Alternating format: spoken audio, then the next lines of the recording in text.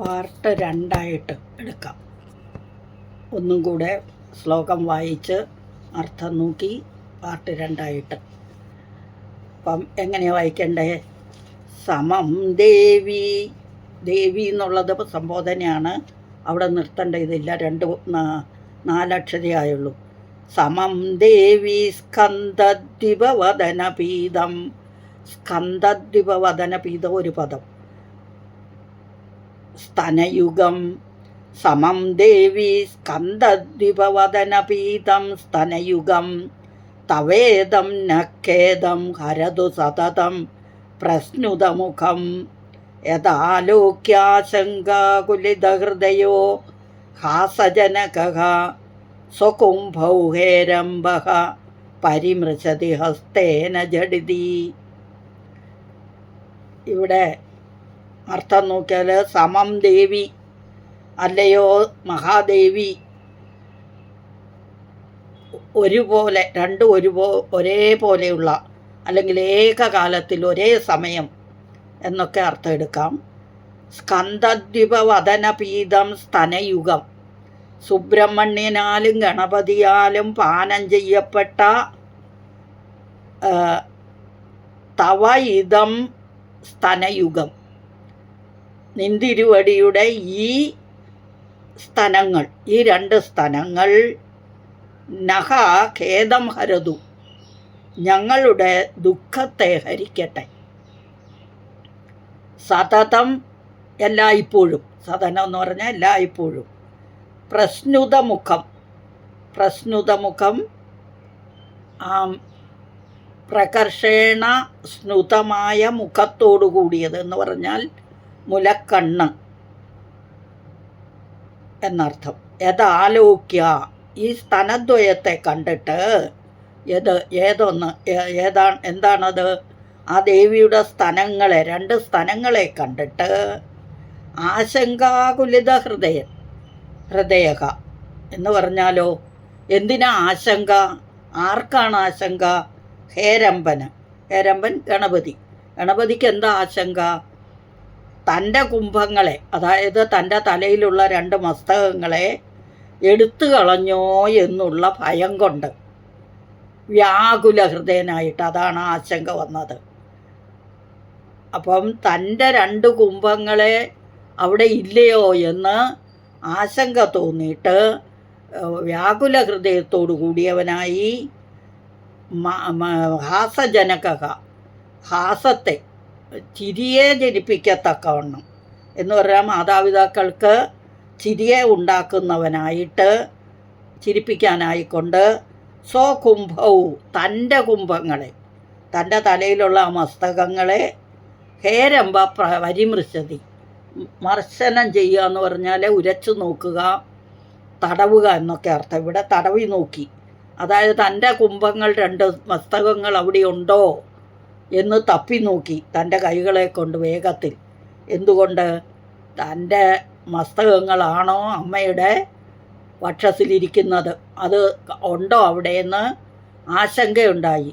അത് വല്ലവരും കൊണ്ടുപോയോ, അതാണോ ഇനി അമ്മയുടെ അടുത്തുള്ളത് എന്നുള്ള ആശങ്ക കൊണ്ട് തൻ്റെ കൈ കൊണ്ട്, ജഡിതി എന്ന് പറഞ്ഞാൽ വേഗത്തിൽ, ഹസ്തേന എന്ന് പറഞ്ഞാൽ കൈകൊണ്ട്, പരിമൃശതി പ്രകർഷേണ മൃശതി തപ്പി നോക്കി എന്നർത്ഥം. അപ്പോൾ തൻ്റെ മസ്തകങ്ങൾ അവിടെ ഉണ്ടോ ഇല്ലയോ എന്ന് പേടി തോന്നിയിട്ട് തൻ്റെ തലയിൽ തപ്പുമ്പോൾ അത് കാണുന്ന അച്ഛനും അമ്മയ്ക്കും സുബ്രഹ്മണ്യ സ്വാമിക്കൊക്കെ ചിരി വരത്തില്ലേ?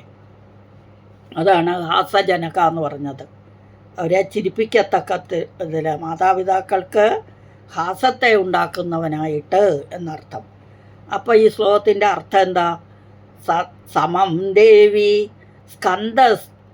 സമം ദേവി സ്കന്ദദ്വിപവദനപീതം സ്തനയുഗം തവേദം നഖേദം ഹരതു സതതം പ്രസ്നുതമുഖം യഥാലോക്യാശങ്കാകുലിതഹൃദയോ ഹാസജനകഃ.